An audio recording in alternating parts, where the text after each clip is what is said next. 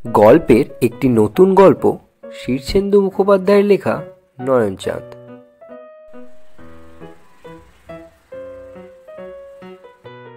গভীর রাতে একটা শব্দ শুনে নয়নচাঁদ বাবুর নাকি ঘুম ভেঙে গেল। এমনিতেই নয়নচাঁদের ঘুম খুব পাতলা। টাকা থাকলেই যত দুশ্চিন্তা, আর দুশ্চিন্তা থাকলে অনিদ্রা, অনিদ্রা থেকেই আবার অগ্নিমান্দ হয়, অগ্নিমান্দ থেকে ঘটে উদারময়। সুতরাং টাকা থেকেও নয়নচাঁদের সুখ নেই। সারা বছর কবিরাজি পাঁচন আর হোমিওপ্যাথিক গুলি খেয়ে কোনো রকমে বেঁচে আছেন। ঘুম ভাঙতেই নয়নচাঁদ চারিদিকে চেয়ে দেখলেন। রাত্রিবেলা এমনিতেই নানা রকমের শব্দ হয়। ইঁদুর দৌড়ায়, আরশোলা খড়খড় করে, কাঠের জোর পটপট করে ছাড়ে, হাওয়ায় কাগজ ওড়ে, আরও যে কত কি হয়। তাই নয়নচাঁদ তেমন ভয় পেলেন না। তবে আদৌ ঘুমের মধ্যে তার মনে হয়েছিল শব্দটা হলো জানালায়। জানালার শিখে যেন টুং করে কেউ একটা ঢিল মেরেছিল। বিছানার মাথার দিকেই জানালা, জানালার পাশেই একটা টেবিল, তাতে ঢাকা দেওয়া জলের গ্লাস। নয়নচাঁদ টর্চ জেলে জলের গ্লাসটার দিকে হাত বাড়িয়ে থমকে গেলেন। টেবিলের ওপর একটা কাগজের মোড়ক পড়ে আছে। নয়নচাঁদ উঠে বড় বাতি জেলে মোড়কটা খুললেন। যা ভেবেছেন তাই। ঢিলে জড়িয়ে কে একখানা চিঠি পাঠিয়েছে তাকে। সাদামাটা একখানা কাগজে লাল অক্ষরে লেখা, নয়নচাঁদ, আমাকে মনে আছে? সামান্য দেনার দায় আমার ভিটে ঘুঘু চড়িয়েছিলে। শেষ অবধি গলায় গামছা বেঁধে আমাকে আত্মহত্যা করতে হয়েছে। আমার বউ আর বাচ্চারা ভিখিরি হয়ে সেই থেকে পথে পথে ঘুরছে। অনেক সহ্য করেছি, আর না। আগামী অমাবস্যায় তোমার ঘাড় মটকাবো। ততদিন ভালো মন্দ খেয়ে নাও, ফুর্তি করো, গাও, নাচো, হাসো। বেশি দিন তো আর নয়। ইতি তোমার জম জনার্দন। নয়নচাঁদ ভয়ে ঠক ঠক করে কাঁপতে লাগলেন। তার শিথিল হাত থেকে চিঠিটা পড়ে গেল। চাকর বাকর, বউ, ছেলে মেয়েদের অনেক ডাকার চেষ্টা করলেন, গলা দিয়ে স্বর আর বেরোলো না। জনার্দনকে খুব মনে আছে নয়নচাঁদের। নিরীহ গোছের মানুষ, তবে বেশ খরচের হাত ছিল। প্রায় হ্যান্ড নোট লিখে নয়নচাঁদের কাছ থেকে চড়া সুদে টাকা ধার করত। কখনো টাকা শোধ দিতে পারেনি। নয়নচাঁদ মামলায় জিতে লোকটার বাড়িঘর সব দখল করে নেয়। জনার্দন সেই দুঃখে বিভাগী হয়ে কোথায় যে চলে যায়। মাসখানেক বাদে নদীর ওপারে এক জঙ্গলের মধ্যে তার পচা গলা লাশটা পাওয়া যায়। তার বউ ছেলে পিলেদের কি হয়েছে তা অবশ্য নয়নচাঁদ জানে না। সেই ঘটনাটার পর বছর 3-4 কেটে গেছে। নয়নচাঁদের আবার ভূতের ভয় আছে। তাছাড়া অপঘাতকেও তিনি খুব ভয় পান। খানিকক্ষণ বাদে শরীরের কাঁপুনিটা একটু কমলে তিনি জল খেলেন এবং বাড়ির লোকজনকে ডাকলেন। রাত্রে আর কেউ ঘুমোতে পারল না। এই রহস্যময় চিঠি নিয়ে উত্তেজিত আলোচনা গবেষণা হতে লাগলো। পরদিন সকালেই গোয়েন্দা বরদাচরণকে ডেকে পাঠানো হলো। গোয়েন্দা বরদাচরণ পাড়ারই লোক। বরদাচরণ লোকটা একটু অদ্ভুত। স্বাভাবিক নিয়মে কোনো কাজ করতে তিনি ভালোবাসেন না। তার সব কাজেই একটা বৈশিষ্ট্য আছে। এই যেমন কোনো বাড়িতে গেলে তিনি কখনো সদর দরজা দিয়ে সেই বাড়িতে ঢুকবেন না, এমনকি খিড়কি দরজা দিয়েও না। তিনি হয় পাঁচিল টপকাবেন, নয়তো গাছ বেয়ে উঠে ছাদ বেয়ে নামবেন। এমনকি জানালা ভেঙেও তাকে ঢুকতে দেখা গেছে। নয়নচাঁদের বাড়িতে বরদা ঢুকলেন টারজানের কায়দায়। বাড়ির কাছেই একটা মস্ত বটগাছ আছে। সেই বটের একটা ঝুড়ি ধরে কোষে খানিকটা ঝুলে খেয়ে বরদা পাশের একটা জাম গাছের ডাল ধরলেন। সেটা থেকে লাফিয়ে পড়লেন একটা চালতা গাছে। সেখান থেকে নয়নচাঁদের বাড়ির পাঁচিল ডিঙিয়ে অবশেষে একটা রেইন পাইপ ধরে তিনতলার জানালায় উঁকি দিয়ে হাসি মুখে বললেন, এই যে নয়নবাবু, কি হয়েছে বলুন তো? জানালায় আচমকা বরদাচরণকে দেখে নয়নচাঁদ ভিড়মি খেয়ে গেলেন। চোখ মুখে জলের ঝাপটা দিয়ে তাকে ফের সামাল দেওয়া হলো।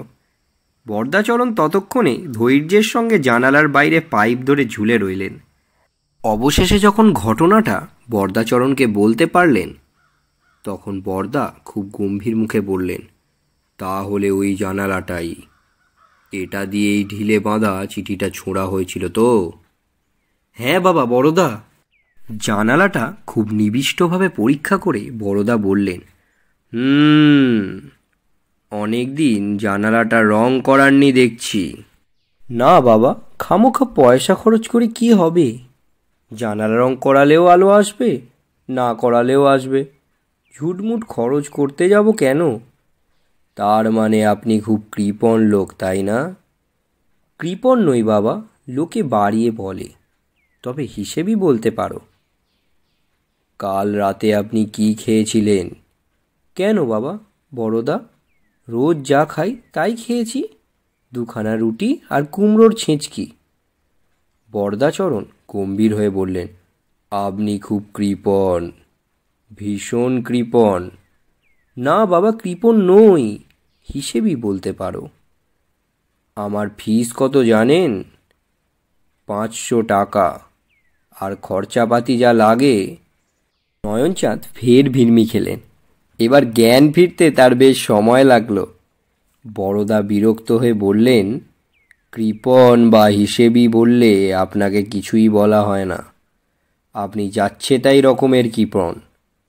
বোধহয় পৃথিবীর সবচেয়ে কৃপণ লোক আপনি। নয়নচাঁদ মুখখানা বেজার করে বললেন, পাড়ার লোক হয়ে তুমি 500 টাকা চাইতে পারলে? তোমার ধর্মে সইল?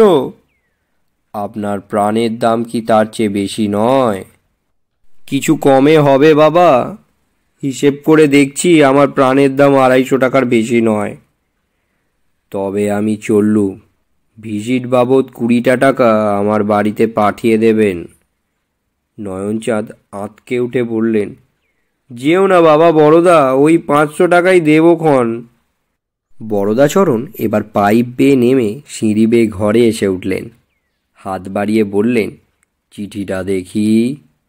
চিঠিটা নিয়ে খুঁটিয়ে খুঁটিয়ে সবটা পড়লেন।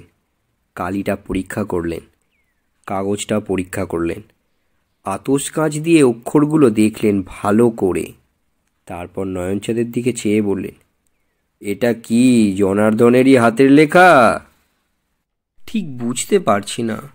জনার্দন কয়েকটা হ্যান্ডনোট আমাকে দিয়েছিল, সেই লেখার সঙ্গে অনেকটা মিল আছে।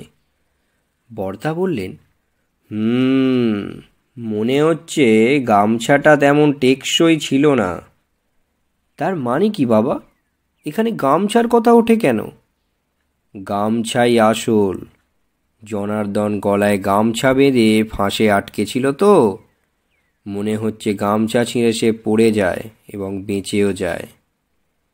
এ চিঠি যদি তারই লেখা হয় তাহলে তো বিপদের কথা। আপনি বরং কটা দিন একটু ভালো খাওয়া দাওয়া করুন, আমোদ আহ্লাদও করে নিন প্রাণ ভরে। তার অর্থ কি বাবা? কি বলছো সব? আমি জীবনে কখনো ফুর্তি করিনি, তা জানো। জানি বলেই বলছি, টাকার পাহাড়ের ওপর শকুনের মতো বসে থাকা কি ভালো? আমাবস্যার তো আর দেরি নেই। নয়নচাঁদ বাক্যহারা হয়ে চেয়ে রইলেন। তারপর বললেন, জনার্দন যে মরেছে তার সাক্ষী সবুত আছে। লাশটা শনাক্ত করেছিল তার আত্মীয়রাই। তবে তো আরও বিপদের কথা। এ যদি ভূতের চিঠি হয়ে থাকে তবে আমাদের তো আর কিছু করবার নেই। নয়নচাঁদ কেঁদে উঠে বললেন, প্রাণটা বাঁচাও বাবা বড়দা, যা বলো তাই করি। বড়দা এবার একটু ভাবলেন, তারপর মাথাটা নেড়ে বললেন, ঠিক আছে, দেখছি। এই বলে বরদাচরণ বেরিয়ে গেলেন। ফিরে এলেন 3 দিন পর। মাথার চুল উস্কো খুস্কো, গায়ে ধুলো, চোখ লাল। বললেন, পেয়েছি। নয়নচাঁদ আশান্বিত হয়ে বললেন, পেরেছ? ব্যাটাকে ধরতে? যাক, বাঁচা গেল। বড়দা মাথা নেড়ে বললেন, তাকে ধরা অত সহজ নয়, তবে জনার্দনের বউ ছেলে মেয়ের খোঁজ পেয়েছি।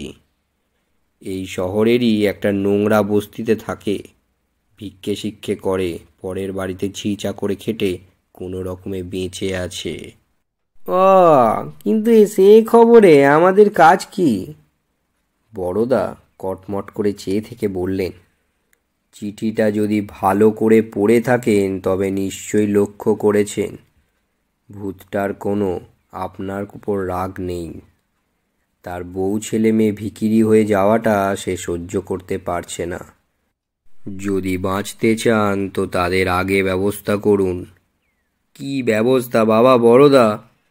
তাদের বাড়ি ঘর ফিরিয়ে দিন, আর যা সব নিয়েছিলেন সব কিছু দিয়ে দিন। ওরে বাবা, তার চেয়ে যে মরাই ভালো। আপনি চ্যাম্পিয়ন। কিসে বাবা বড়দা? কিপটেমিতে। আচ্ছা আসি, আমার কিছু করার নেই কিন্তু। দাঁড়াও দাঁড়াও, অত ছোট কেন? জনার্দনের পরিবারকে সব ফিরিয়ে দিলে কিছু হবে? মনে হয় হবে। তারপর আমি তো আছি। একটা দীর্ঘশ্বাস ছেড়ে নয়নচাঁদ বললেন, তাহলে তাই হবে বাবা। অমাবস্যার আর দেরি নেই। মাঝখানে মোটে 7টা দিন। নয়নচাঁদ জনার্দনের ঘর বাড়ি জমিজামা ঘটিবাটি এবং সোনাদানা সবই তার পরিবারের কাছে ফিরিয়ে দিলেন। জনার্দনের বউ আনন্দে কেঁদে ফেলল। ছেলে মেয়েগুলো বিহল হয়ে গেল। বড়দা নয়নচাঁদকে বললেন, আজ রাতে রুটির বদলে ভালো করে পরোটা খাবেন, সঙ্গে ছানার ডালনা আর পায়েস। বলো কি? যা বলছি তাই করতে হবে। আপনার প্রেশার খুব লো, শক টক খেলে মরে যাবেন। তাই হবে বাবা বড়দা, যা বলবে করব, শুধু প্রাণটা দেখো। নয়নচাঁদ পরোটা খেয়ে দেখলেন, বেশ লাগে। নয়নচাঁদ পরোটাটা খেয়ে দেখলেন, বেশ লাগে। কোনোদিন খাননি। ছানার ডালনা খেয়ে আনন্দে তার চোখে জল এসে গেল। আর পায়েস খেতে খেতে পূর্বজন্মের কথাই মনে পড়ে গেল তার। না, পৃথিবী জায়গাটা বেশ ভালোই। সকালবেলাতেই বড়দা জানলা দিয়ে উঁকি মারলেন, এই যে নয়নচাঁদ বাবু, কেমন লাগছে? গায়ে বেশ বল পাচ্ছি বাবা, পেটটাও ভুটভাট করছে না তেমন। আপনার কাছে কাছারি ঘরে বসে কাগজপত্র সব দেখলাম। আরও 10টা পরিবার আপনার জন্য পথে বসেছে। তাদের সব সম্পত্তি ফিরিয়ে না দিলে কেসটা হাতে রাখতে পারবো না। বলো কি বাবা বড়দা, এরপর যে আমি পথে বসবো? কি আর করেন, প্রাণটা তো আগে। নয়নচাঁদ বাকি 10টা পরিবারে যা কিছু দেনার দায় দখল করেছিলেন তা সবই ফিরিয়ে দিলেন। মনটা একটু দমে গেল বটে, কিন্তু ঘুমটা হলো রাত্রে। অমাবস্যা লাগবে। সন্ধেবেলা বড়দা এসে বললেন, কেমন লাগছে নয়নচাঁদ বাবু? ভয় পাচ্ছেন না তো? ভয় পাবেন না। আজ রাত্রে আরও 2টো পরোটা বেশি করে খাবেন। কাল সকালে যত ভিখিরি আসবে কাউকে ফেরাবেন না যেন, মনে থাকবে। নয়নচাঁদ হাঁপছাড়া গলায় বললেন, তাই হবে বাবা, তাই হবে। সব বিলিয়ে দিয়ে লেংটি পরে হিমালয়ে চলে যাব, যদি তাতে তোমার স্বাদ মেটে। পরদিন সকালে উঠে নয়নচাঁদের চক্ষু চড়ক গাছ। ভিক্ষে দেওয়া হয় না বলে এ বাড়িতে কখনো ভিখিরি আসে না, কিন্তু সকালে নয়নচাঁদ দেখেন বাড়ির সামনে শয়ে শয়ে ভিখিরি জুটেছে। দেখে নয়নচাঁদ মূর্ছা গেলেন। মূর্ছা ভাঙার পর বেজার মুখে উঠলেন। সিন্দুক খুলে টাকা বের করে চাকরদের দিয়ে ভাঙিয়ে আনালেন। ভিখিরিরা যখন বিদায় নিল তখন নয়নচাঁদের 1000খানেক টাকা খসে গেছে। নয়নচাঁদ মাথায় হাত দিয়ে বসে রইলেন অনেকক্ষণ। 1000 টাকা যে অনেক টাকা। দুপুরে একরকম উপোস করেই কাটালেন নয়নচাঁদ। টাকার শোক তো কম নয়, নিজের ঘরে শুয়ে থেকে একটু তন্দ্রাও এসে গিয়েছিল। যখন তন্দ্রা ভাঙল তখন চারিদিকে অমাবস্যার অন্ধকার, ঘরে কেউ আলো দিয়ে যায়নি। আতঙ্কে অস্থির হয়ে নয়নচাঁদ চেঁচালেন, ওরে কে আছিস? কেউ জবাব দিল না।